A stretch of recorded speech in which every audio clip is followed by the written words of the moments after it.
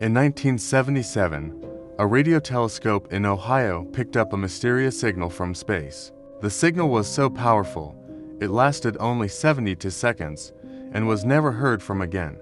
Scientists named it the WOW signal because it was so surprising and still unexplained. Since then, telescopes around the world have begun to detect strange sounds from space. There are ticking sounds from the edge of the galaxy, the sound of a one-off burst of energy, and radio waves coming from an unknown direction.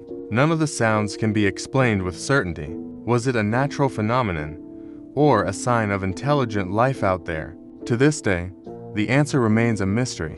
And one thing is for sure, space still holds many secrets that have yet to be revealed.